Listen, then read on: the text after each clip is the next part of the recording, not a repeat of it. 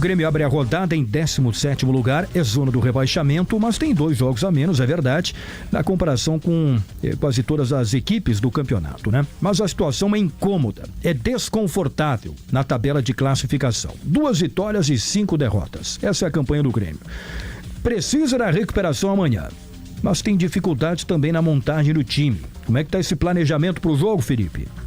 Essa é a equação que o técnico Renato Portaluppi vai ter de resolver nas próximas horas e já começou a tentar resolver isso no CT do Ceará, numa atividade que foi realizada nesta manhã com portões fechados e foi a única atividade realizada, Gabardo, e até para que o torcedor entenda, não tem muito o que fazer, porque o Grêmio jogou contra o Botafogo em Cariacica, no Espírito Santo, ainda no domingo. Na manhã de segunda-feira aconteceu uma atividade no estádio Kleber Andrade, no mesmo estádio que o Grêmio jogou contra o Botafogo, ou seja, quem enfrentou o Botafogo não participou dessa atividade.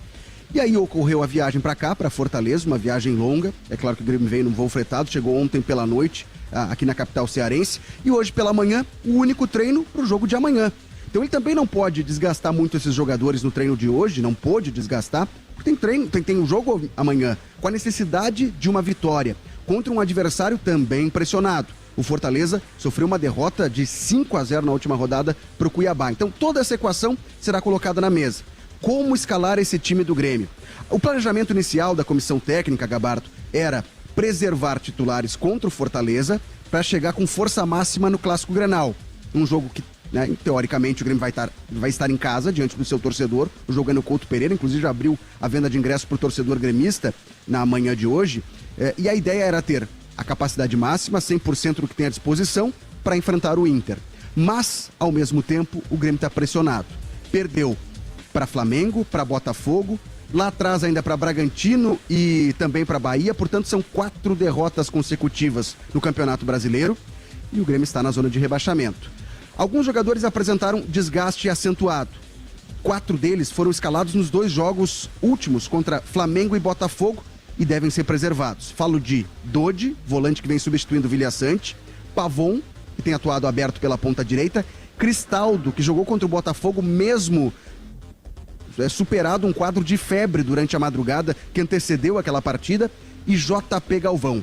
São os 4 jogadores que iniciaram como titulares diante de Flamengo e de Botafogo e que podem ser preservados contra o Fortaleza amanhã.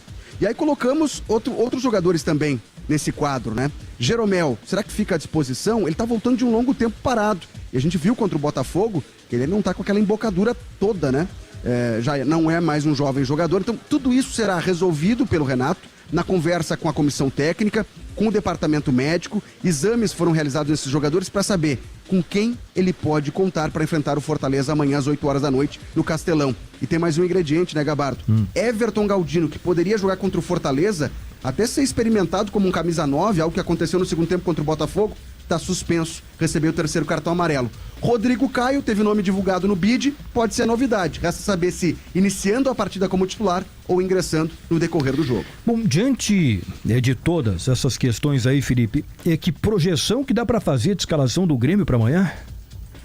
Eu vou fazer uma projeção aqui, Gabardo, baseado nas informações que colhi ainda no Rio de Janeiro, quando, repito, o planejamento era utilizar força máxima contra o Flamengo, contra o Botafogo e preservar diante do Fortaleza.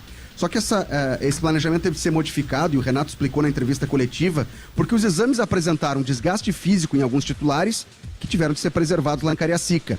Mas eu estava projetando aqui um time, se não totalmente reserva, muito próximo disso. E a dúvida já começa no gol, né? Qual será? Porque a partir de agora o Renato vai ter que definir qual vai ser o goleiro titular pro Grenal. E aí, ele vai dar ritmo de jogo pro titular agora para encarar o Grenal ou vai preservá-lo dando sequência ao rodízio? Marquezin ou Rafael Cabral disputam essa posição.